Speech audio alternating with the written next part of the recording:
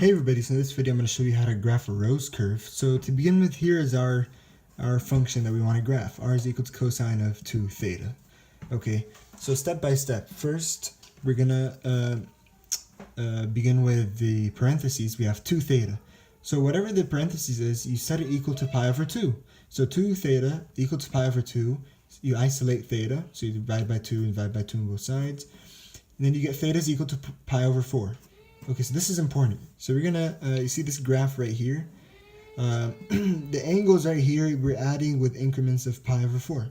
So right here, begin with 0, then pi over 4, plus pi over 4 is pi over 2, plus pi over 4 is 3 pi over 4, plus another pi over 4 is pi, then 5 pi over 4, then 3 pi over 2, 7 pi over 4, and 2 pi. So this is, we're essentially getting out points from this graph in the form of r comma theta. You know, graphing polar coordinates. So what we're going to do is begin with each angle. Here, these are the each angles for the function.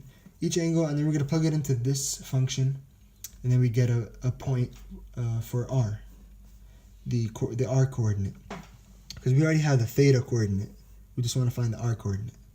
So to begin with, 0 as theta, we plug it into this. 2 times 0 is 0. So cosine of 0 is 1.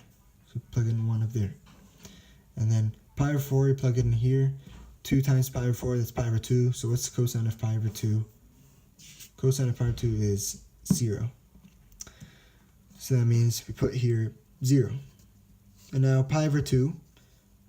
Pi over 2, what's the cosine? We're going to put pi over 2 inside here. So 2 times pi over 2 is pi.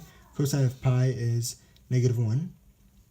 So negative 1 for pi over 2. And the same thing goes on for each other angle. 3 pi over 4, plug it in here. We get 6 pi over 4 simplifies to 3 pi over 2. Cosine of 3 pi over 2 is 0. So then pi, plug it in here. Cosine of 2 pi, you would get 1. So 1 up there. See, this is 1. This is negative 1. Negative 1. And this is the zeros. Okay, so 5 pi over 4 is next. Plug it in here, we get 10 pi over 4. It simplifies to pi over 2 eventually, after you subtract by 4 pi over 2. And then you get 0, because the cosine of pi over 2 is 0. And you finish everything else, all the other thetas.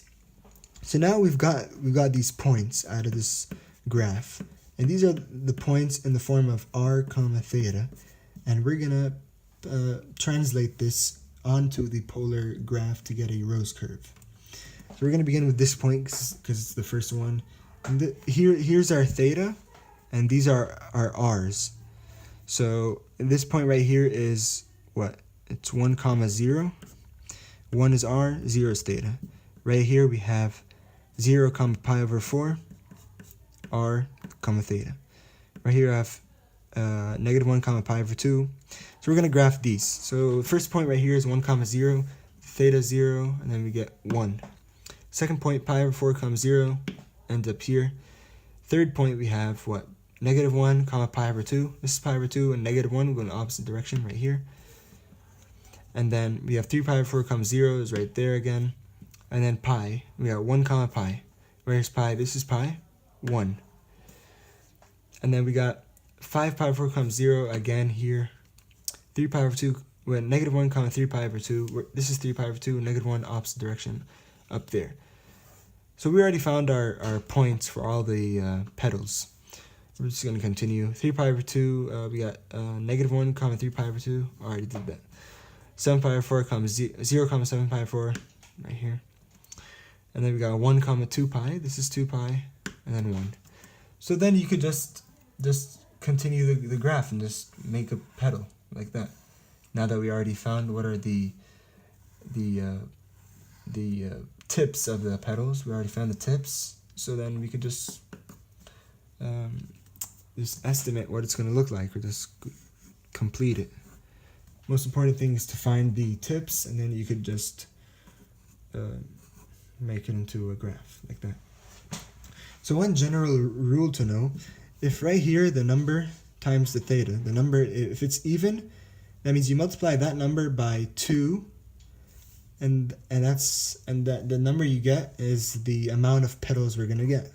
In this case, it's even. So even number times 2, 2 times 2, that's 4. That means we were going to get 4 petals, and that's what happened. We got 4 petals.